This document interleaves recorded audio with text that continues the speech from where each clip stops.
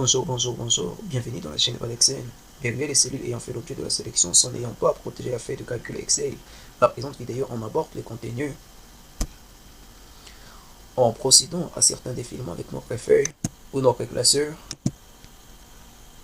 En ProxEffect, sélectionnons l'intégralité de notre classeur en faisant la combinaison des touches CTRL plus A de notre clavier ou en pointant notre curseur sur le bouton de notre triangle.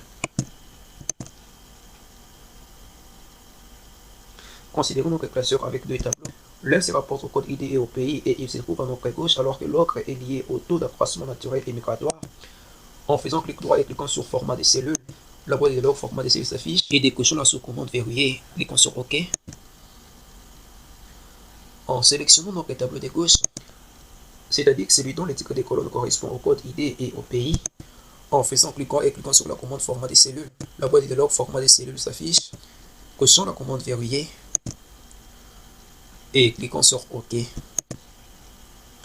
En faisant clic droit sur l'étiquette de la colonne de la feuille 1, sans perdre la sélection de notre tableau de gauche, et cliquant sur la commande protéger la feuille. Une autre alternative consiste à cliquer sur le menu révision et cliquant sur la commande protéger la feuille. La dernière alternative consiste à aller dans le menu accueil et cliquant sur la commande format. Nous cliquons sur la sous-commande protéger la feuille. La boîte de dialogue protéger la feuille s'affiche de nouveau. Retournons dans Microsoft Word pour copier notre mot de passe. Manuscrit et notre mot de passe et faisons clic droit.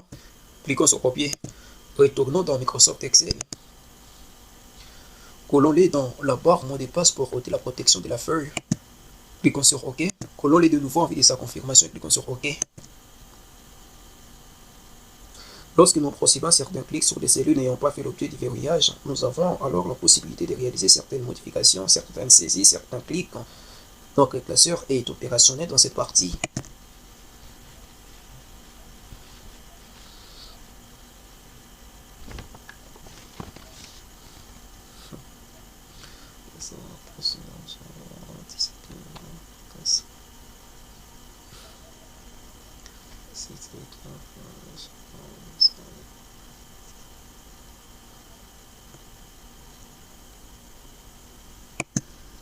Cependant, lorsque nous mettons notre curseur sur une des cellules ayant fait l'objet du verrouillage, par exemple avec la cellule C5, cliquons sur OK,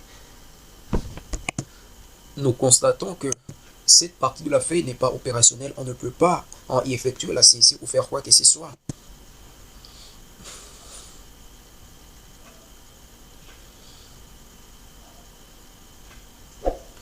Oh, merci beaucoup pour l'attention.